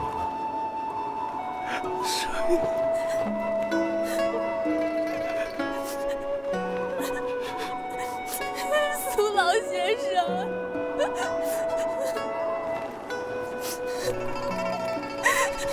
我可以将苏先生的尸体先行带回，暂时葬在我们部。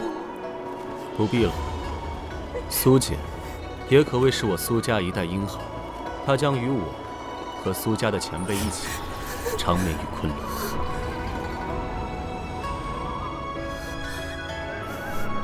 我们走吧。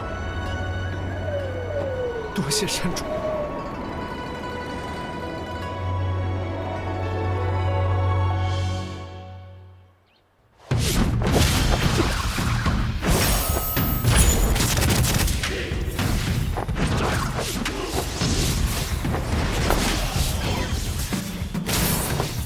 不错，你的悟性在我见过的所有人中都能排进前3了。我在想，为何不把这些面具换成飞剑？那样，此是更厉害。行走江湖，总要有些和人不一样。不然这江湖之上，怎么会留下你的传说？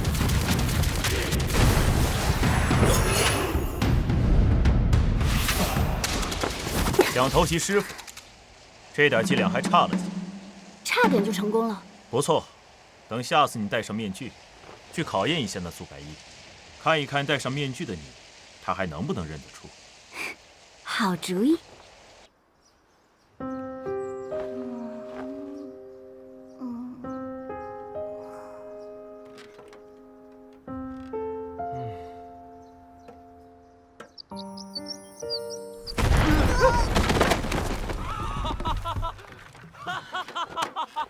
他成功了。自从他来了恶魔城，没有一天是安分的。看来他接住了城主的那一刀。萧老大，当年你接住城主那一刀花了多久？大概1年吧。我记得当时浑身骨头都碎了好几块，连站都站不稳了。啊！他还能这般豪迈大笑，这小子看来比你强多了。怎么样，魔城主？我刚刚那一招还不错吧？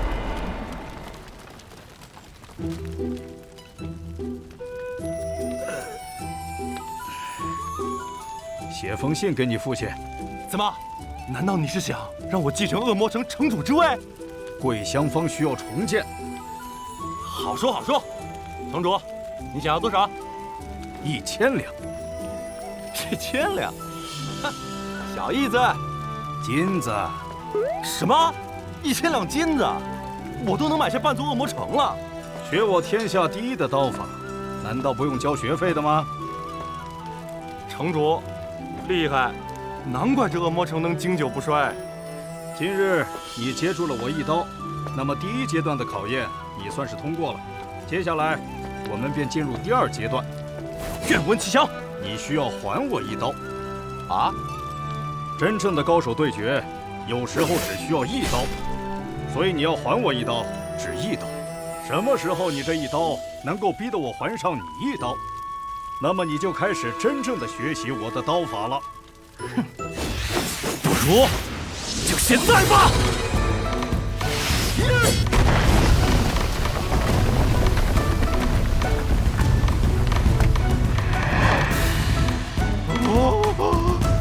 城主手下留情！做梦！我还会回来。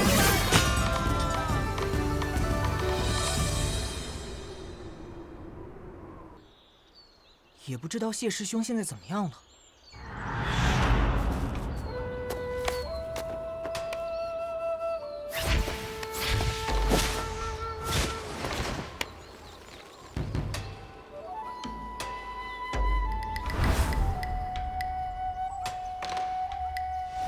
那朵花就是龙蟒花了，终于找到了。刚才明明已经很近了。幻觉，哼！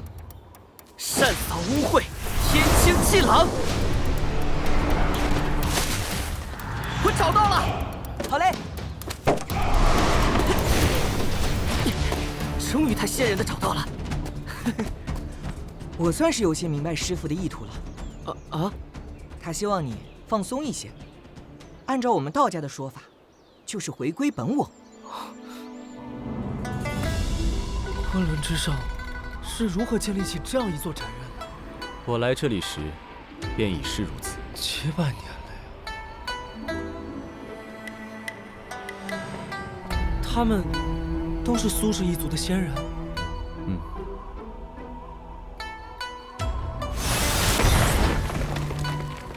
就葬在这里吧。你将苏简安葬好，便到院内来寻我。是。那墓碑怎么办？葬在这里的苏氏一族，都是以剑为碑。可树叶的剑，并没有带在身边。之前他说，他曾在江湖被称为魔君。那我便赠他一柄。鬼童。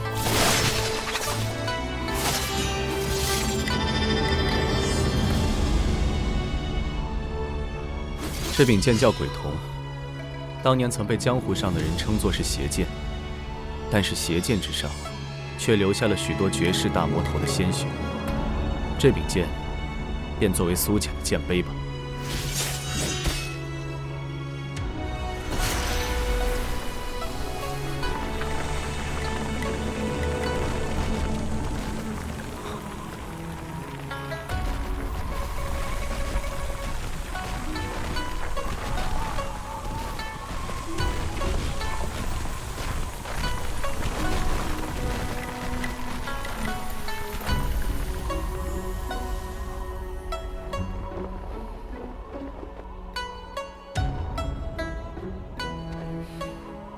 如夜，今日愿你长眠于昆仑之上，不再有俗世之恼，能持剑9天，做那真正潇洒得意的剑仙。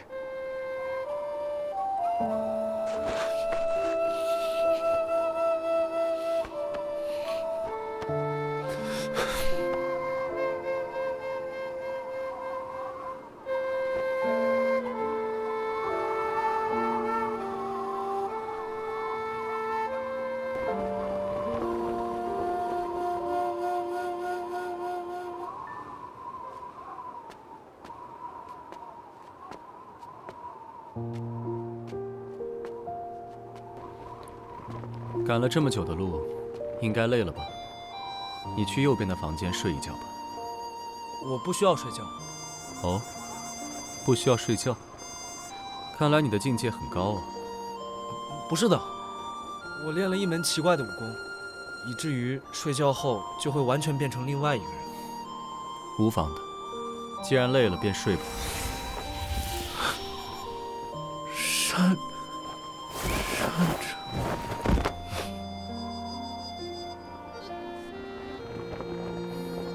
居然身负苏家和吕家2族血脉，真是一具完美的仙人躯体。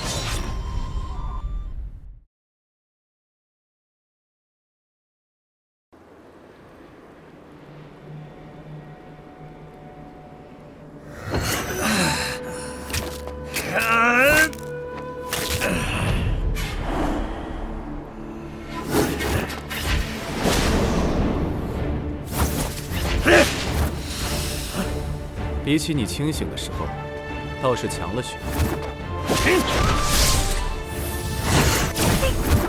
居然还会战斗技法。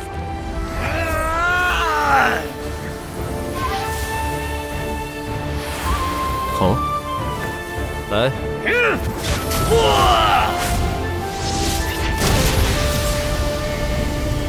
3字真言都来了，哼，该我了。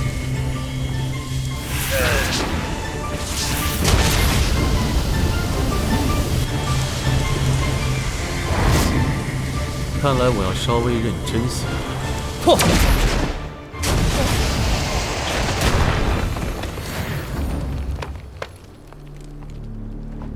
比想象中厉害一些，下次继续。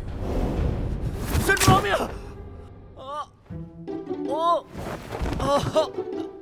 呀，我的胳膊肘啊！哎呀，我的玻璃盖啊！哎呀，我的小蛮腰啊！哎呀，疼死我了！把桌上的汤喝了，运气疗伤几个时辰，你的伤就可以好了。1、2、3、起！啊！山主下手是否太重了？昨日之事你还记得？当时脑袋不清楚，不过醒来后大半能想起来。原来如此，快把药喝了吧。这就是传说中的雪莲吗？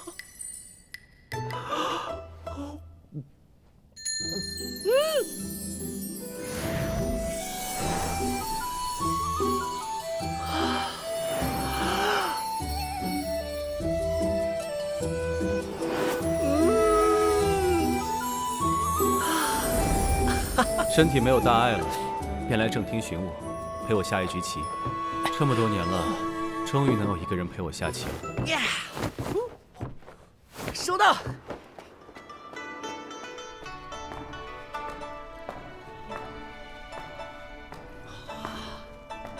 你来了，山主，过来。你棋艺如何？我师父是谢看花，他自称自己当年是棋剑双绝。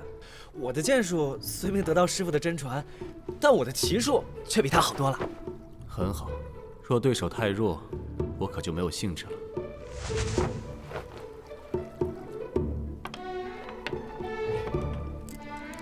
山主，该您了。确定是这里啦？没棋啦！嘿嘿，山主承让。下把不会再让你了。再来。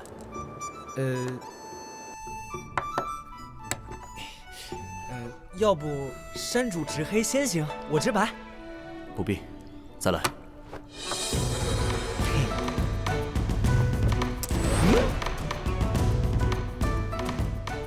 哈哈。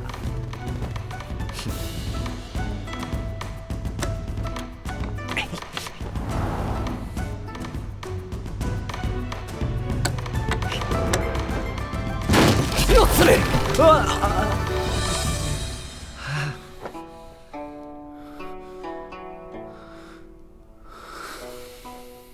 是我失礼了，今日就到这里吧。说一说你的事情吧。好。其实，在那幻境之中，我曾经来过这里。我看到过一个白衣白发的剑客，摔落进了这片悬崖，但最终逆转了山谷中的长风，让自己乘风而起，最后一剑斩破了山上的雪雾。那是我的师父，他叫苏星河。自我苏氏一族开山立派以来，也只有他能够做到这一步。一剑斩破了这层云雾，和那上面的人打了个昏天黑地。上面有人？不然你以为我们一代代的守护在这里，是为了什么？上面的是仙人？你听过那么多的传说，比如这里是元始天尊的道场，比如说西王母的瑶池就在昆仑。你以为传说真的就只是传说吗？啊？难道说当年苏寒说等几十年后，他替我来守着昆仑。现在他来不了了，你呢？你愿意来守着昆仑？我没有父亲那般的宏图壮志，甚至于曾经想过，在那杏花村中永远过着平静的生活，也未尝不可。这么说，是不愿意了？啊，不是。若真到了我不得不承载起这职责的那一刻，我不会犹豫的。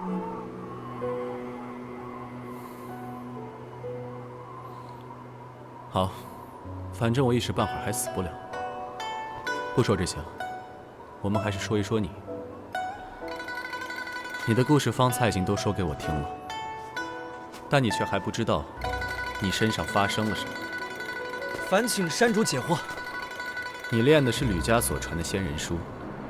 正统的仙人书分为心法卷和秘法卷，修成之后，则会成为一个内外皆修的绝强武者。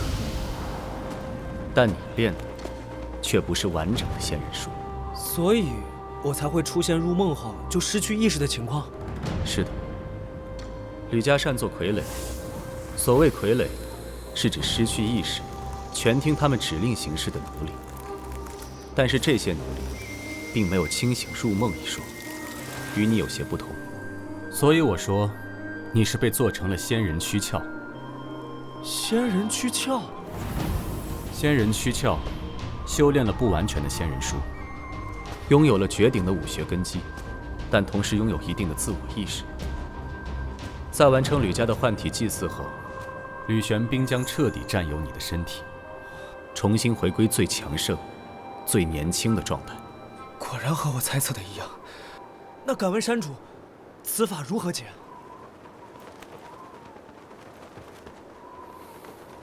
无解。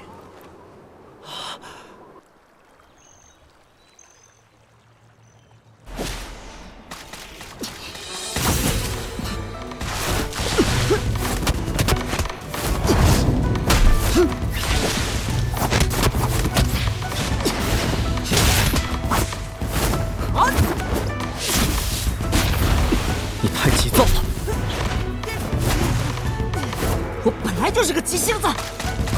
那就改一改。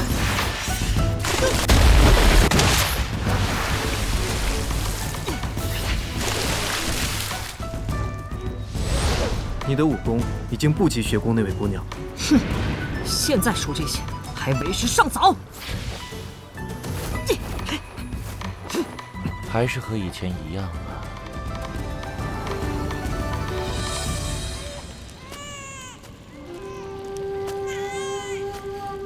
哥哥，哥哥，哥哥，你是什么人？你也是来杀我们的吗？不是，我是你们的家人。家人？既然你是我们的家人，为何现在才来找我们？哥哥，你的哥哥或许就要死了，你确定需要我现在回答吗？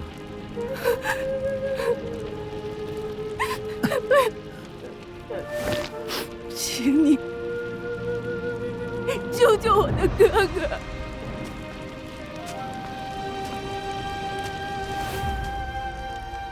或许将他们带出那个村庄是一个错误。说我们不走出那个村庄，可能早就已经死了。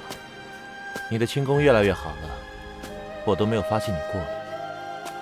楼主，你有心事，不然白龙离开下面那片湖的时候，您就应该发现了。心事？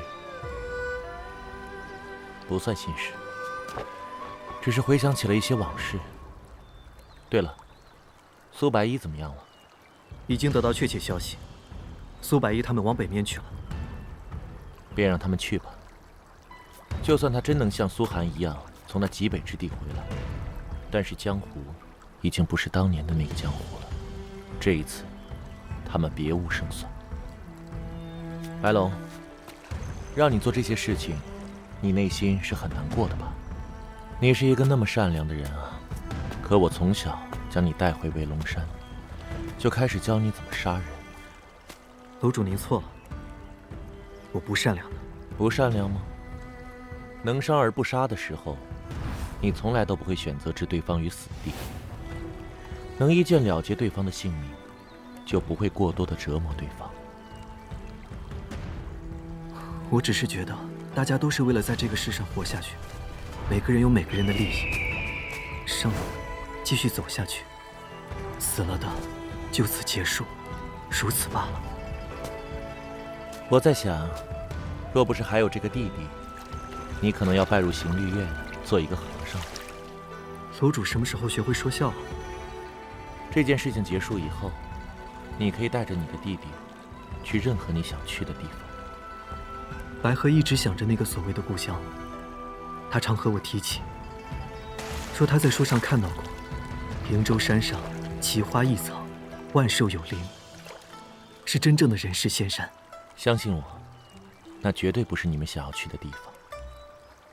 等到瀛洲北临之时，你们便离开，永远都不要再出现。那时的江湖将比现在更加可怕。为何无解？既然无解，不妨选择和解。我不明白。我观察过了，这门武功在你沉睡之后会唤醒另一个你。但让我感到奇怪的是，在你醒来后，却能记起另一个你所做之事。既然如此，你为何不尝试着和他沟通一下呢？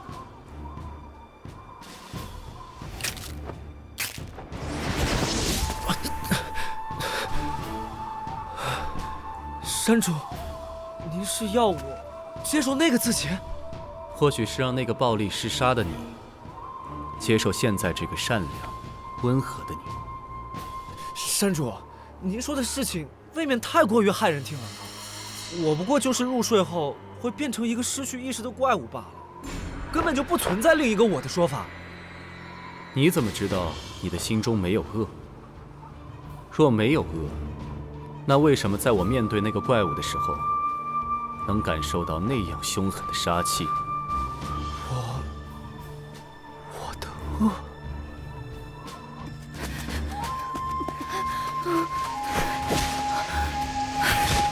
这边，千羽，我跑不动了。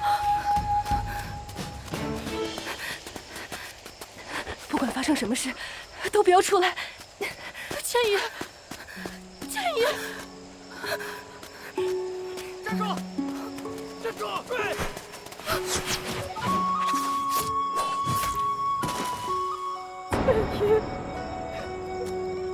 千羽，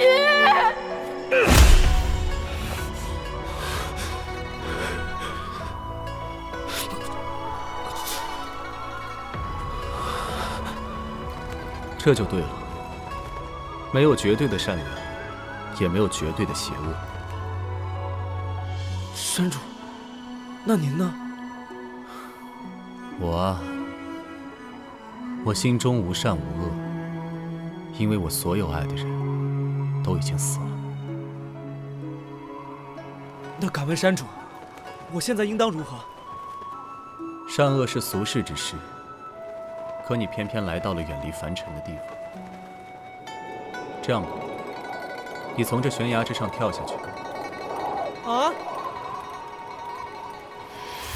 我借你这一道内力，某一日，等你能像那书中所看到的幻象一般，以长剑逆风，最后乘风而起，我再传你真正的天宁剑法。这不必害怕，你若真摔下去了，我自然会下来救你。当然，你若是害怕，不如来陪我下棋。毕竟要逆转这长风，我也是花了很多年才做到。弟子苏白衣，愿意试试。好，那今日便开始吧。山主，你不是说肉上不来，你会来救我的吗？你怎么走了？我能让你死在昆仑山吗？你放心大胆的去试吧。好，我信你。啊！救命啊！苏家不幸啊，又出了一个傻子。